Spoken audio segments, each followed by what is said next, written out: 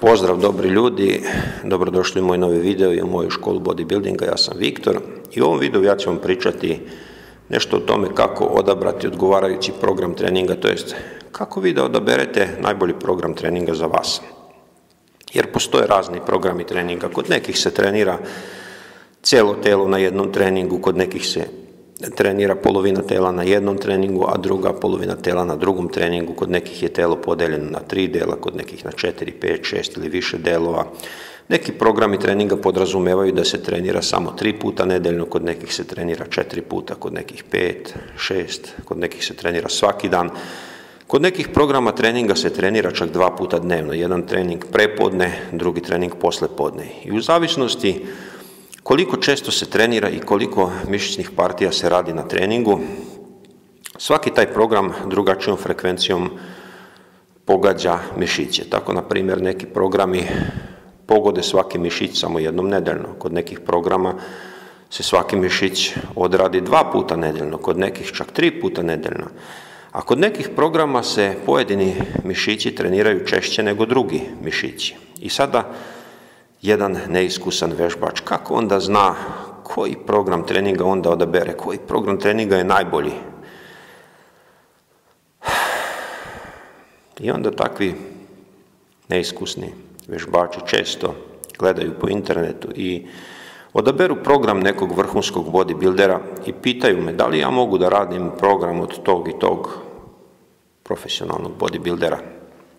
Hajde da vidimo kako izgleda jedan prosječan program nekog vrhunskog bodybuildera. Na primjer, program koji je radio Markus Ruhl. Markus je radio ponedjeljkom samo grudi, utorkom je radio samo leđa, sredom samo triceps, četvrtkom samo biceps, petkom noge i subotom sama ramena. Nedelja je bila rezervisana za odmor. Znači, Markus je trenirao 6 dana u nedelji, a na svakom treningu je radio samo jednu mišićnu grupu. I on je radio sve serije do otkaza, čak preko otkaza, koristio je forsirana ponavljanja, negativna ponavljanja, drop setove, super setove i razne druge intenzifikacione tehnike. I Markus kaže, citiram, ja ne radim manje od 25, najčešće 30 serija po mišićnoj partiji. Znači, kako bi onda izgledao jedan njegov trening, evo recimo za triceps? Koliko bi to trajalo? Pa ako radi 30 serija, neka svaka serija traje 1 minut, to je već 30 minuta, i ako pauza između serija traju otprilike isto 1 minut, to je oko sat vremena. Znači, on bombarduje svoj triceps serijama do otkaza i preko otkaza. I to je ogromna količina stresa. I kada me neko tako pita da li ja mogu da radim taj program, ja ga pitam, a da li ti uzimaš doručak šampiona? I on odgovara, naravno da ne, ja sam natural, ja ništa ne uzimam. Sljedeće što ga pitam jeste, a kako ti misliš da se oporaviš od takve količine stresa ako ne uzimaš doručak šampiona? Jer svi ti šampioni uzimaju i doručak šampiona. Oni su dobro utrenirani i ko zna šta uzimaju i oni mogu da se oporave od takvog stresa. Mnogi od vas će se složiti sa mnom i reći će naravno da prosječni vežbači nikada ne treba da treniraju po programima koje koriste ti superstarovi na doručku šampiona. I sada mnogi će reći, dokazano je da je sinteza proteina u mišićima pojačana narednih 48 sati i naturalci treba da treniraju svaki mišić na svakih 48 sati, znači većom frekvencijom, 3 puta nedeljno svaki mišić. Drugi će opet reći, ne, to je previše, dovoljno je 2 puta nedeljno svaki mišić pogoditi. Treći će opet biti pristalice onoga 1 puta nedeljno. A jedan američki marinac je trenirao svoja leđa svaki dan i to je radio ogromnu količinu zgibova i raznih vežbi za leđa. I razvio je jako velika leđa. Da li je to pogrešno ili je pogrešno raditi jednom nedeljno svaki mišić ili je pogrešno 2 puta ili pogrešno 3 puta? Koji način je ispravan? A ja vas pitam, a zašto bi morao da bude ispravan samo jedan način, a svi ostali pogrešni? Evo, na primjer, trenirati svaki mišić svaki dan, na primjer taj Marinac. On je živi dokaz da je to moguće. Znači, trenirao je leđa svaki dan, znači nije uzimao doručak šampiona i razvio je nevjerojatno velika leđa. Ako je on naturalac i ako je on to uspeo, znači da je to moguće, znači da je to ispravan način. Jel treba svi tako da treniramo? Pa naravno da ne. I sada sigurno se pitate, pa kako treba da treniramo? Hajde prvo da pogledamo taj Marinac. Ja njemu verujem da je on uspeo da razvije svoja leđa svakodnevnim, obimnim treningom. Ali također verujem i onima koji su pokušali da treniraju isto kao on, znači svaki dan, i koji su se pretrenirali i povredili. I njima verujem. Verujem i onima koji su pokušali svaki drugi dan da treniraju svoja leđa, isto tako su se pretrenirali i povredili. Na primjer, taj Marinac kada je otišao, prijavio se u Marince. Nije se on prijavio sam.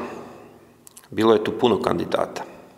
I da li vi mislite da ako jedan čovjek može da postane Marinac, da svaki čovjek može da postane Marinac? Svi ti kandidati su podvrgnuti jednom žestokom, dugotrajnom, svakodnevnom fizičkom treningu i psihičkom maltretiranju. To se zove drill. I mnogi kandidati su odustali. Neki jednostavno nisu mogli psihički to da podnesu, neki nisu mogli fizički da izdrže, kod nekih je došlo do povreda i jednostavno nisu mogli da nastave dalje. I kada je drill završen, ostali su samo oni koji su to izdržali, najbolji od najboljih. Šta nam to govori? To nam govori da ne reagujemo svi jednako na stres. Ne možemo svi podneti istu količinu stresa. Niti se od stresa oporavljamo istom brzinom. Na primjer, kada tokom Drugog svjetskog rata su ljude zatvarali u koncentracione logore i kada su ih podvrgli teškom fizičkom radu, uz oskudnu ishranu ili bez hrane, neki su se razboljevali i umirali odmah na početku, neki malo kasnije, a i Boga mi ima i pojedinaca koji su preživjeli koncentracione logore. Znači, ne možemo svi jednako da podnesemo stres. Niti istu količinu, niti se jednakom brzinom oporavljamo.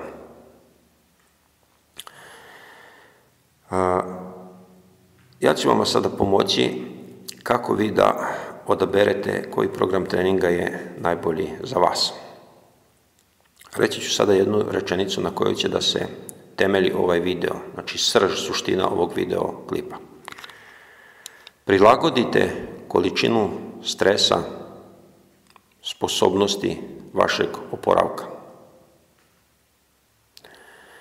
Znači, prilagodite program treninga sposobnosti vašeg oporavka. Znači, program treninga treba da bude prilagođen, znači koliko vi možete podneti stresa i koliko brzo se oporavljate. Znači, kada neki vežbač dođe u teretanu prvi put, došao je na trening, njega zanima koje vežbe treba da radi, koliko serija treba da radi i kojim intenzitetom treba da radi. Znači, obim, volumen treninga i intenzitet, koliko jako da trenira. Znači, količinu stresa koju treba da nanese svojim mišićima i svom organizmu. Znači, koliko da našteti mišićima i telu. To njega zanima, to je prva stvar. Kada to uradi, ako pravilno, znači, dozira količinu stresa. Druga stvar koja ga zanima je koliko treba da čeka dok ponovo bude mogao iste mišiće da optereti. Treća stvar koja njega zanima je koliko često nedeljno on može da trenira, jer trening nije stres samo na mišiće koje trenirate, već na razne sisteme u organizmu.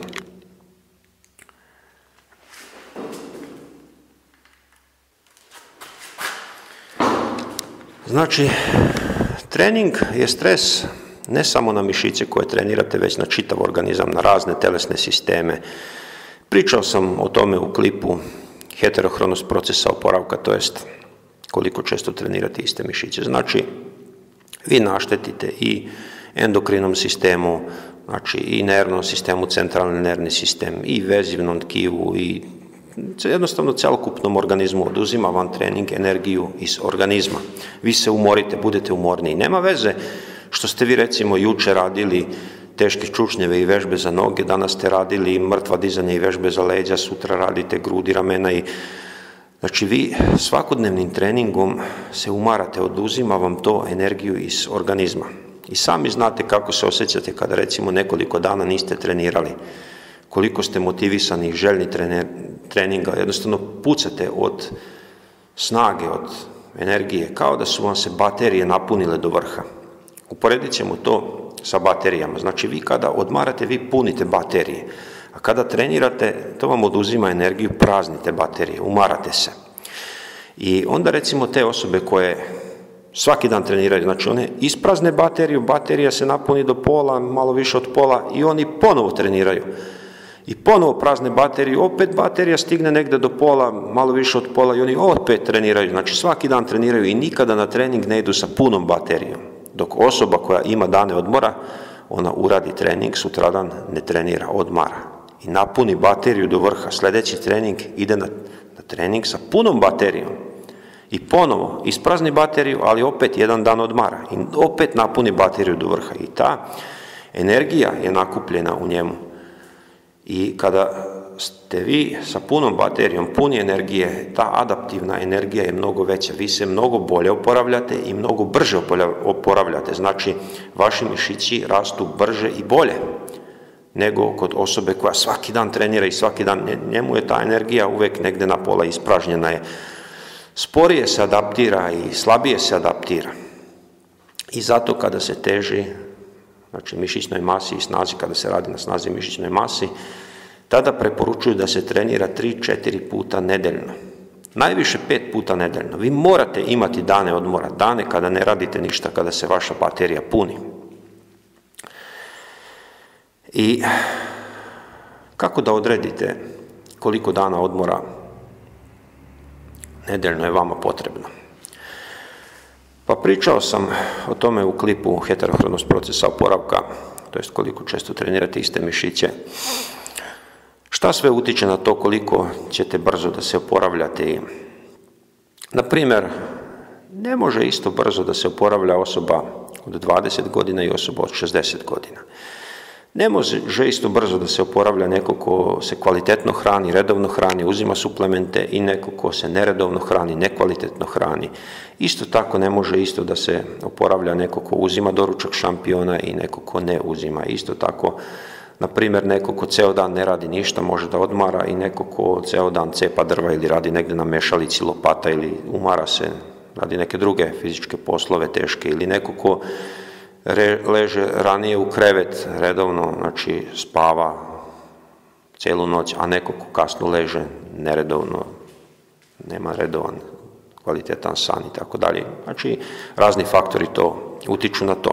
I recimo, ako vi imate uslove i možete da se oporavljate brže i bolje, onda možete da trenirate recimo čak i 5 treninga nedeljno. 4-5, znači ako ispunjavate uslove, možete da se oporavite. Dok recimo osobe koje ne mogu da se oporave, naravno na to utiče i genetika, koliko brzo ćete se oporavljati. Znači, nekim više odgovara samo 3 treninga nedeljno i više da imaju dana odmora ili 3-4 treninga, zavisi. Znači, to morate sami da otkrijete. Kada odgovorite sebi na to pitanje koliko treninga ćete imati nedeljno, onda vam je potreban odgovor na to koliko često ćete trenirati iste mišiće. Znači, koliko vama treba vremena od jednog treninga za isti mišić do sljedećeg treninga, znači kojom frekvencijom ćete trenirati. I to morate isto osluškivati svoje telo, jednostavno ne oporavljamo se svi istom brzinom. I najlakše ćete to utvrditi tako što ćete zapisivati. Jednostavno, svaki trening zapišete koje vežbe ste radili, koliko serije, u svakoj seriji sa kojom težinom, koliko ponavljanja. I onda se trudite svaki naredni trening da uradite ili jedno ponavljanje više ili da dodate, da povećate težine i tako dalje. Znači, princip progresivnog povećanja opterećenja mora da bude zastupljen. Znači, princip nadopterećenja ili progressive overload. Jer ako vi stalno trenirate sa istom težinom, isti broj ponavljanja, tu nešto nije dobro. Vi morate mišićima da nanosite stres veći od onoga na koji su navikli da bi došlo do neke pozitivne adaptacije. Jer, kao što znate, ako je stres manji od onog na koji je telo naviklo, neće se ništa desiti, čak možete da nazadujete. Ako je stres veći od onoga na koji telo može da se adaptira, znači preterate, također neće doći do pozitivnih adaptacija. Jednostavno, previše ste naštetili vašem organizmu. Znači, možete probati da zapisujete i na taj način ćete vidjeti da li napredujete, da li stagnirate ili čak nazadujete i znaćete da regulišete, znači koliko često da trenirate. Probate, trenirate češće ako vidite da su rezultati slabiji, probate da odmarate duže i tako. Znači, kada odgovorite i na to pitanje, znači znate koliko treninga nedeljno ćete imati, znate koliko često ćete iste mišiće trenirati i znate koju količinu stresa je potrebno, znači koliko dana odmora između koliko često trenirati iste mišiće i koliko serija uraditi, kojim intenzitetom, vi onda možete da odaberete neki program treninga. Ta 3 parametra su vam dovoljna da napravite sebi odličan program treninga, najbolji za vas. To je to za ovaj video, nadam se da sam vam pomogao. Mi se vidimo u nekom od narednih videoklipova. Pozdrav!